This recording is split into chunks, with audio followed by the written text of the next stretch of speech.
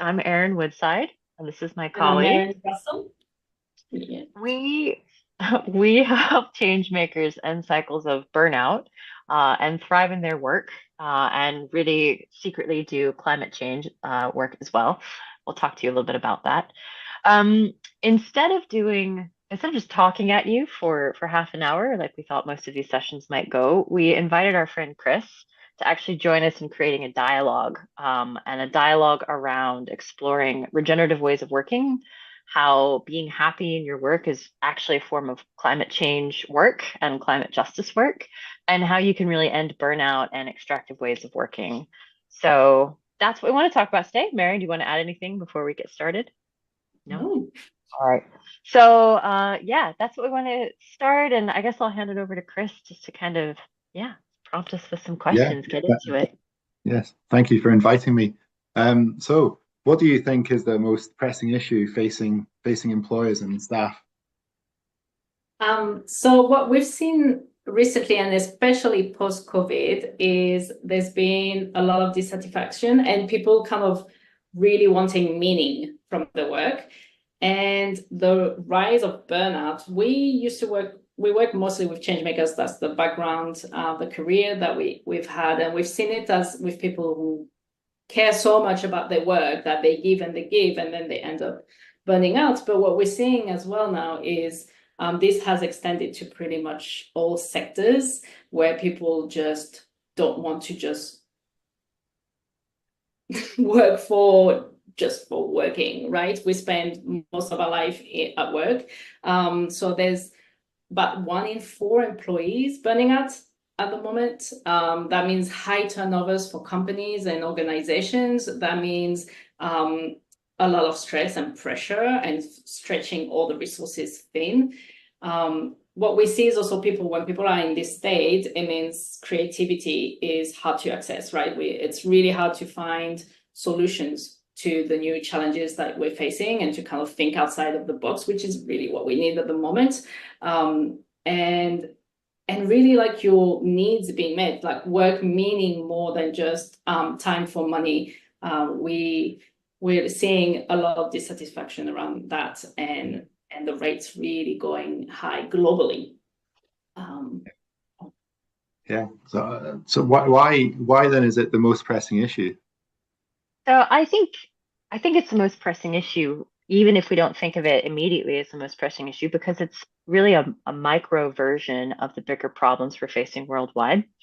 So we really see that the way that the world is operating right now at work and more broadly speaking, kind of globally in an extractive way, right? So we have this sort of capitalized system, um, this work system that basically treats everyone like a resource that can be squeezed. And all of the pressures of the world at the moment are squeezing out our all of our resources. And the idea is that we're just kind of replaceable. So a lot of our work systems are designed to burn us out on purpose because the idea is that there'll be a steady supply. And this is really, we see it as a symptom of the broader forces that are causing climate change. So we like to say burnout is a personal experience of climate change, right? This is what it looks like at the human level.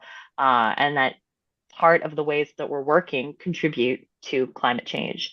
So up till now, the ways we've had of really addressing these problems have been very individualized. You know, if you're struggling with burnout or you're struggling with overwork or dissatisfaction, it's been an individualized problem. So do more self-care, do things to look after yourself, take breaks, but it's on you, right? It's not on the system. And we really want to shake that up. And in our work, we help people move from this sort of paradigm of extraction to a paradigm of regeneration. And really, all of the 20th century ways of thinking about work, and even 19th century, this machine way of thinking, has really failed us in the 21st century for the challenges that we have at the moment. So, challenges in how do we create work that's both meaningful, good for the planet, good for ourselves. We don't have any tools for that in most of our kind of leadership and developments in our working lives. So with what you've been talking about, what do you think is the cause of the problems? um, Yeah, I think a lot of what Erin mentioned, that kind of old paradigm, that old story that we still working through. So from the industrialized revolution, where everything, it's a story of separation, right? We're disconnected from nature, we're disconnected from the resources that we pull, we're disconnected from our body.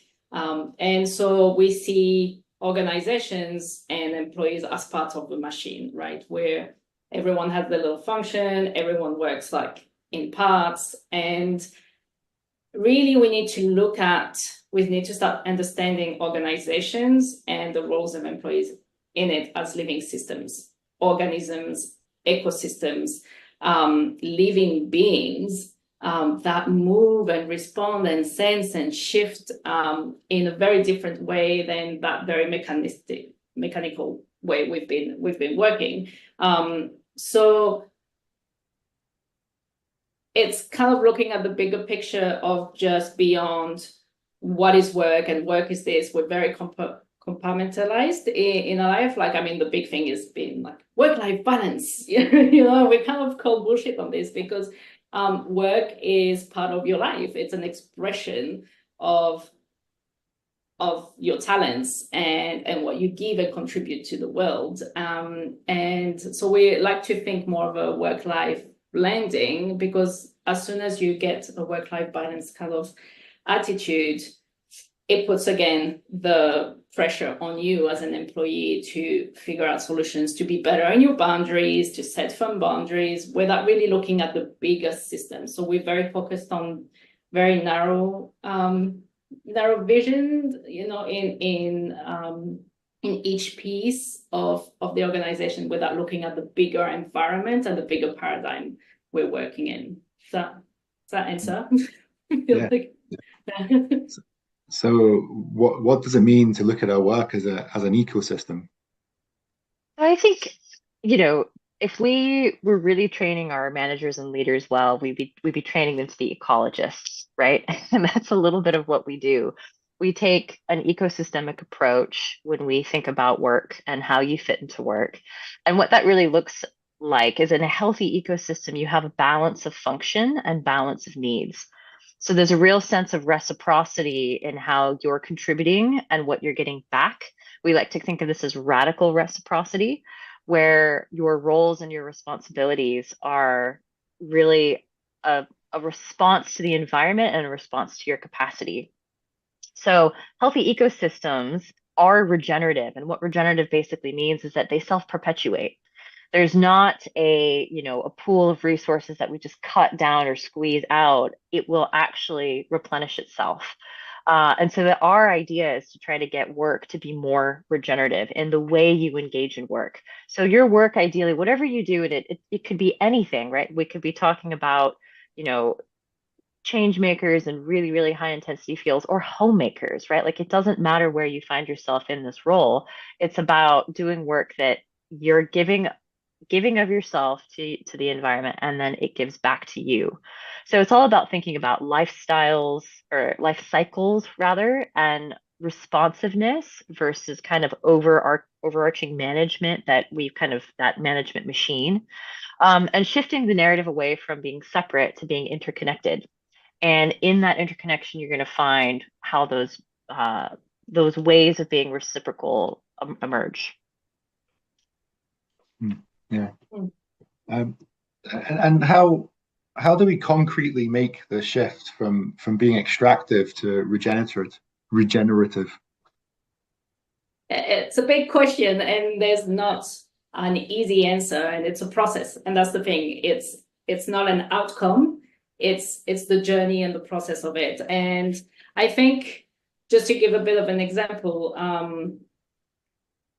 when I burnt out back in the days, my first burnout, I took time off, took a break, which had a lot of burdens financially, emotionally, and physically, obviously, on my body during that time. But I really sought out the tools that what I could do for myself, so I could stay in this job and continue doing what I love without going back to this place of complete depletion. And and I've put everything in place, and I went back and had all my super plan. And it still wasn't enough, right? I almost burnt out again. And this is where and then Erin kind of came in and gave me the final piece, which is what we've developed. It's like, you can't just look, you need to look at yourself. And the first thing is your own ecosystem. So working with your nervous system, your stress response, how do you respond to stress? How do you, what's your capacity for stress, but also for joy? If we're very stressed, we have very little capacity for joy and thriving. And as I said, that creativity, empathy, is very hard to access. So we need to learn to really become like master regulators of our nervous system, so we can flow and move through those states, because the world around us it's life, it's messy and it's chaotic, and there's going to be a lot of pressure. So first, being really, really experts in our own system, ecosystem, is the first thing that we found. It's the foundation, and then we can expand that. A lot of the traditional solutions we've seen out there, mainstream solutions, stops there. And that's the thing. It's like, it's putting all the pressure on you, like, do your self-care, do your soothing practices. Organizations have kind of bought into this, like, we're going to give you gym memberships and shiny, lunch yoga, and thinking this is going to like fix the issue, but it's really just a band-aid solution. So it's important. We're not saying they don't have a place, but they can't be a standalone. So to do that bigger shift, you need to then expand it. It's like, how does that look in your environment and your relationships, right? So you're not an island, we're not a vacuum, we're constantly connecting, sensing, responding to other people around us, to the environment around us, even non-human beings, sentient beings. And so how does my stress response impact their stress response? How do their stress response impact mine? When you're a leader, how does that influence the whole team? We really need to look at all those power dynamics and very subtle cues that are playing out in our working environment, and that create either a very healthy, flowy, sensing, responding, flexible and adaptable environment, or a very rigid, mechanistic and quite toxic environment for your team. So that's the first two things we need to think of. And then Erin actually went and Yeah, I'll share a little bit more. So yeah, so like Marion said, we have this sort of body-mind connection that we look at first in our work with our clients, and then we kind of shift to relationships.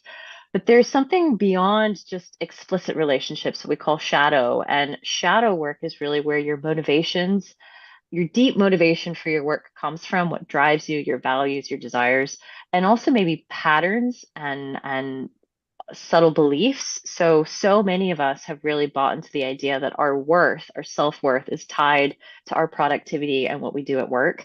And there's often a lot of work, a lot of tender work that needs to happen in the shadow space where we can kind of feel like actually regeneratively you matter because you're alive, and really taking that to heart and letting that seep in.